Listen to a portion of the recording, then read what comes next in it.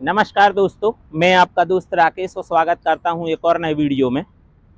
हाल ही में प्रधानमंत्री माननीय नरेंद्र मोदी जी ने मेरठ की रैली में एक मुद्दा उठाया है, कच्चातीबू द्वीप का। तो आज हम ये जानने की कोशिश करेंगे कि कच्चातीबू द्वीप विवाद है क्या और कच्चातीबू द्वीप कहाँ स्थित है। तो सबसे पहले तो कच्चातीबू द्वीप कहाँ स्थित है। कच्चातीबू द्वीप भारत और श्रीलंका के मध्य पाक जल डमरू मध्य, पाक जल संधि या पाक स्ट्रेट के बीच में स्थित है। पाक जल डमरू मध्य उस समय 1740 से 1760 के बीच में जो मद्रास प्रेसिडेंसी के गवर्नर जनरल थे रॉबर्ट पाक, उनके नाम पर उस जल डमरू मध्य का नाम रखा गया है, पाक जल डमरू मध्य। वहां पर जो भारत का द्वीप है रामेश्वरम द्वीप या जिसे पम्बन द्वीप भी कहते हैं, वहां से लगभग 19 किलोमीटर और श्रीलंका के सुदूर द्वीप जाफना से लगभग 16 किलोमीटर की दूरी पर पाक जल डमरू मध्य में स्थित है। ऐतिहासिक रूप से यह द्वीप भारत का ही हिस्सा रहा है।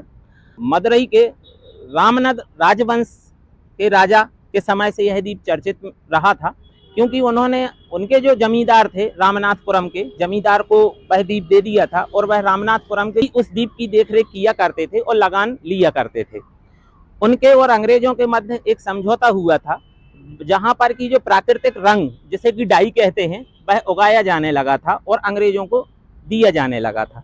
बीच बीच में श्रीलंका का जो जाफना राजवंश था उसने भी इस द्वीप पर शासन किया है। यह द्वीप 286 एकड़ में फैला हुआ है, जो कि लगभग 1.6 वर्ग किलोमीटर होता है। बीच में विवाद चलते रहे, लेकिन जैसा कि हम जानते हैं भारत और श्रीलंका, जो कि उस समय सीलोन के नाम से जाना जाता था, दोनों जगह ही अंग्रेजों का शासन था, इसलिए यह विवाद आगे नहीं बढ़ा। 21 में श्रीलंका ने पहली बार इस द्वीप का मुद्दा उठाया, लेकिन दोनों जगह ही एक ही सरकार होने के कारण समझौता नहीं हुआ और यथास्थिति बनी रही। जैसे ही सन 1947 में भारत को आज़ादी मिली, भारत की आज़ादी के साथ ही कच्चातीबू द्वीप भी भारत को मिल गया और श्रीलंका ने कड़ा विरोध दर्ज किया। सन 1974 में तत्कालीन भारतीय प्रधानमंत्री श्रीमती इंदिरा गांधी और उनकी समकक्ष श्रीलंकाई प्रधानमंत्री श्रीमाओ भंडार नायके के बीच में दो समझौते हुए। पहला समझौता 26 जून सन 1974 को कोलंबो में हुआ और दूसरा समझौता 28 जून सन 1974 को नई दिल्ली में हुआ। इस समझौते के तहत कच्चातीबू द्वीप भारत ने श्रीलंका को सौंप दिया, लेकिन उस समझौते में एक लाइन डाल दी गई कि भारतीय मछुआरे द्वीप पर बिना वीजा के जा सकते हैं और वहां पर अपना जाल सुखा सकते हैं एवं आराम कर सकते हैं। अंग्रेजों के शासन के दौरान एक तमिलनाडु के व्यक्ति ने कच्चातीबू द्वीप पर एक चर्च का भी निर्माण कराया था। तो वहां पर एक साल में साप्ताहिक प्रार्थना सभा होती है, तो उस प्रार्थना सभा में भाग लेने के लिए जो भी भारतीय जाएं वो बिना वीजा के वहां पर जा सकते हैं।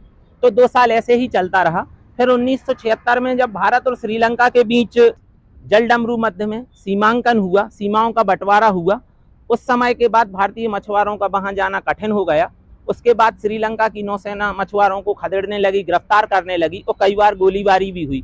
तो दक्षिण भारतीय राज्यों, जिनमें की सबसे कड़ा विरोध तमिलनाडु ने किया था, उस समय के तत्कालीन तमिलनाडु के मुख्यमंत्री एम करुणानिधि ने इंदिरा गांधी के समक्ष इस बात पर आपत्ति भी जताई थी कि कच्चातीबू द्वीप श्रीलंका को न दिया जाए, क्योंकि तमिलनाडु की कुल अर्थव्यवस्था का 10 से 12% अर्थव्यवस्था की जो जीडीपी है वह मछली पालन से आती है।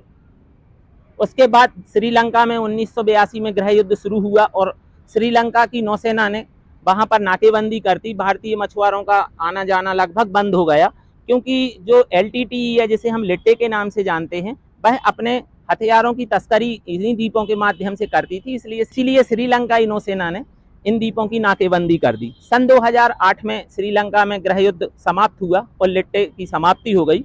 उस समय तमिलनाडु सन 2008 में जयललिता ने सुप्रीम कोर्ट में केंद्र सरकार को घसीटा कि कैसे एक भारतीय द्वीप को बिना संविधान संशोधन के श्रीलंका को दे दिया गया और उस द्वीप को वापस लाया जाए।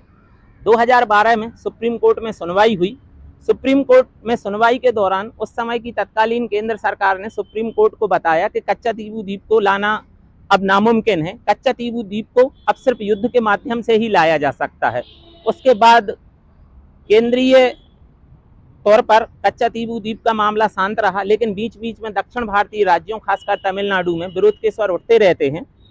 और अभी हाल के ही तमिलनाडु के मुख्यमंत्री स्टालिन जी ने सितंबर के महीने में मोदी जी को चिट्ठी लिखकर आग्रह किया कि कच्चातीबू द्वीप को श्रीलंका से वापस लाया जाए और उसी कच्चातीबू द्वीप का मुद्दा मोदी जी ने मेरठ की जनसभा में अपने चुनाव प्रचार अभियान के दौरान उठाया। हो सकता है कच्चातीबू द्वीप का मुद्दा और भी आगे उछले और चुनाव में दक्षिण भारत के जो राज्य हैं उनमें प्रभाव डाले। तो ये था कच्चातीबू द्वीप को जानने और समझने का मेरा एक छोटा सा प्रयास।